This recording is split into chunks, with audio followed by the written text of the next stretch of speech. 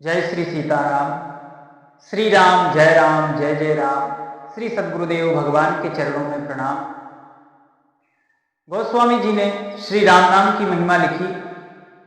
सबसे पहले उन्होंने 3 सूत्र कहे, श्रद्धा विश्वास स्वांतः सुखाय, और फिर गुरु की महिमा, गुरु परंपरा के ऊपर हमने कुछ चर्चा की, कुछ वर्ण व्यवस्था आदि के ऊपर चर्चा की।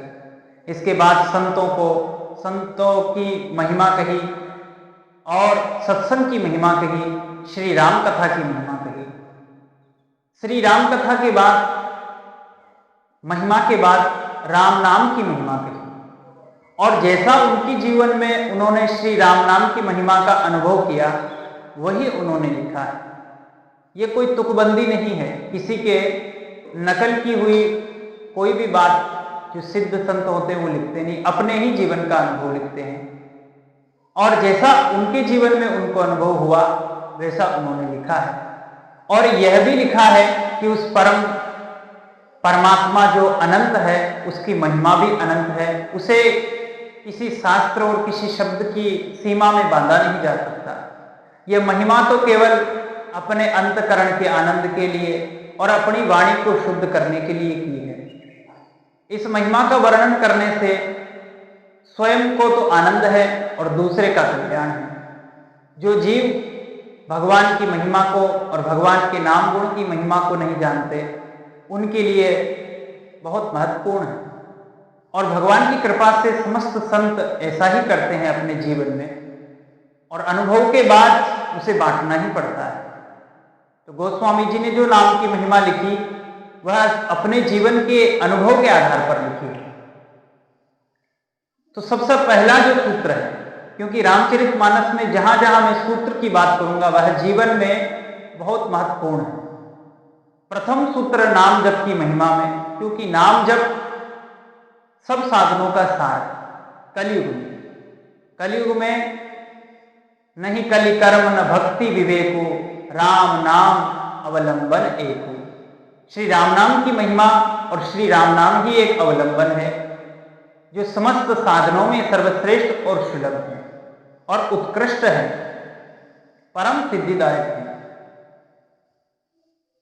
तो गोस्वामी जी का जो पहला सूत्र है, चौपाई जो उन्होंने लिखी, हम आज उसी पर चर्चा करेंगे। और राम नाम की महिमा में हम भी नहीं जानते कि कितने वीडियो बनेंगे और कितने लंबी यह चर्चा चलेगी। और चर्चा तो अनंत है, लेकिन जैसा जैसा अनुभव परमात्मा की कृपा से है और हुआ है वैसा हम वर्णन करेंगे, और साथ साथ में गोस्वामी जी की बात और गोस्वामी जी ने जो महिमा कही है उसको साथ साथ लेंगे, क्योंकि संतों के वचन, शास्त्रों के वचन उस अनुभव का प्रमाण होते हैं। अनुभव के बाद ही इन प्रमाणों को ठीक ठीक से समझा जा सकता है। और इस अनुभव के बीच में हम विनय पत्रिका में जो राम नाम की महिमा है, कबीरदास जी ने जो राम नाम की महिमा कही, उन बातों को भी लेंगे आगे चर्चा में। आज का सूत्र, बंदो नाम राम रघुवर को, हेतु कृसान भानु हिम कर को। पहला सूत्र कि मैं उस राम नाम की वंदना करता हूं। कौन से राम नाम की? बोले जो रघुनाथ जी का नाम है। कहीं ज्ञान के अंधे ये कह देते हैं कि दशरथ जी के घर जन्मने वाले जो राम है, प्रकट होने वाले जो राम है, वह ईश्वर नहीं है। उनके नाम के पहले भी यह राम नाम था। तो गोस्वामी जी कह रहे हैं कि उनके दशरथ जी के घर प्रकट होने से पहले भी वह रघुनाथ जी थे और उन्हीं का नाम राम था और उन्हीं का नाम राम है। इसके बाद परशुराम, बलराम और सारे राम के नाम के साथ जुड़े हुए नाम हैं, वो सब इनके बाद ही हैं। इन रघुनाथ जी का नाम ही राम, और ये दशरथ जी के घर प्रकट होने से पहले भी थे, और इसकी सारी कथा उन्होंने लिखी। और इस बात पे बहुत लंबी चर्चा हो सकती है। वो लोग ऐसा इसलिए कहते हैं कि उनकी धारणा केवल परमात्मा के प्रति ऐसी है कि वह निराकार है, निर्गुण है, उसका कोई रूप नहीं है। अरे जब परमात्मा जब सृष्टि में, यह सगुण साकार सृष्टि रच सकता है, बना सकता है, तो वह स्वयं सृष्टि क्यों नहीं बन सकता? और यह तो बना ही हुआ है। तभी तो गोस्वामी जी ने सिया राम मैं सब जग जानी, करो प्रणाम जोर जुग पानी, ऐसा कहा। और समस्त संतों ने भी कहा है कि समस्त चराचर जगत ब्रह्ममय है।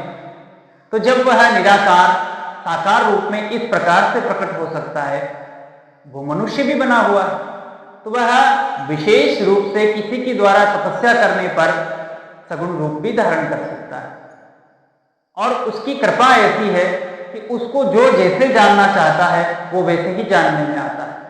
यद्यपि उसका कोई पार नहीं और छोर नहीं, वह इतना विराट है कि किसी की बुद्धि में भी नहीं समा सकता और किसी के शब्दों में भी नहीं समा सकता। तो गोस्वामी जी कह रहे हैं कि जो इस बात का खंडन करते हैं, उस बात का खंडन तभी हो सकता है जब उसे पूर्ण ज्ञान ना हो। इसलिए मैं उनको ज्ञान का अंधा कहता हूं। उनको ज्ञान पूर्ण रूप से नहीं हुआ है। जब पूर्ण रूप से ज्ञान होगा तो सर्वम खलमिदम ब्रह्म, फिर वो नकारेंगे किसको? सब कुछ ब्रह्म है। तो राम राम ब्रह्म परमार्थ रूपा, अविगत अलख अनादि अनूपा। राम जी के बारे में गोस्वामी जी ने अनुभव करके लिखा है। और राम जी इस जगत में, इस ब्रह्मा की सृष्टि में केवल एक बार ही अवतार लेते हैं। बाकी जो अवतार होते हैं उनके, वह वो अपने विष्णु स्वरूप से लेते हैं, महाविष्णु स्वरूप जो है उससे लेते हैं। और मैं तो इतना कह देता हूं कि जैसा हमें समझ में आता है कि जब सारी सृष्टि में वह परमात्मा स्वयं से ही इतना सारा वैभव बना लेता है और स्वयं ही वैभव बनता है, क्योंकि और कुछ कहीं से ला नहीं सकता, परमात्मा एक ही है। तो वही ब्रह्मा बन जाते हैं, वही विष्णु बन जाते हैं, वही शिव बन जाते हैं। तो अलग तो हम किसी को नहीं कह सकते, क्योंकि वो तो समग्र है, वह सर्वरूप है। देवता दानव सब उसी की उत्पत्ति है और उसी की शक्ति से सब काम करते हैं, और इन सबको रचकर भी वह सबसे अलग रहता है। आप अगर कभी सुना हो, पढ़ा हो, तो वेद का एक सूत्र है, तदे जति तन्मे जति तद्दूरे तद अंत के तदंतरस्य सर्वास्य सर्वास्य बहायत। वो चला रहा ब्रह्मांड को, वो जानता है हर कांड को, वो दूर है दिखता नहीं, वो पास है मिलता नहीं। वो गुला हुआ है जगत में, फिर भी अलग है जगत से। उसकी महिमा ऐसी है कि वो सब कुछ रच के भी अकर्ता है, क्योंकि इसमें उसका कोई प्रयोजन नहीं। बालवत उसका आनंद है, उसकी मौज है, उसको कुछ चाहिए नहीं। और जो ऐसा कहने में आता है कि जो दूर है दिखता नहीं, पास है मिलता नहीं, गुला हुआ है जगत में फिर भी अलग है जगत से, वही राम रोम रोम में रमने वाला है। वही दशरथ पुत्र है, वही यशोदा पुत्र है, वही कैलाश पर विराजमान महादेव है, और वही ब्रह्मलोक में ब्रह्म है, और वही वैकुंठ में विष्णु है। उसी के सारे रूप हैं। तो वह परब्रह्म परमात्मा श्री राम के रूप में आए। तो जब राम रूप धारण किया और राम नाम धारण किया, इसके पहले भी उनका नाम राम ही था। तो उसी नाम की मैं वंदना करता हूं जिन रघुनाथ जी का नाम राम है। गोस्वामी जी ने ऐसा इशारा किया। और यह परमात्मा निर्गुण निराकार कैसे कहा जा सकता है? समझने की बात है। निराकार का मतलब ये नहीं है कि जो जिसका कोई आकार नहीं।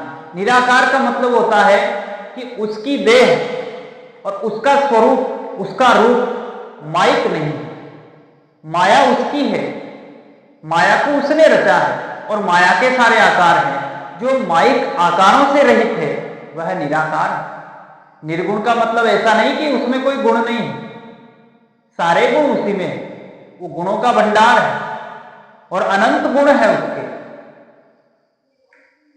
जल सी कर्म ही रजगनि जाही, रघुपति चरित न बरनी सिराही।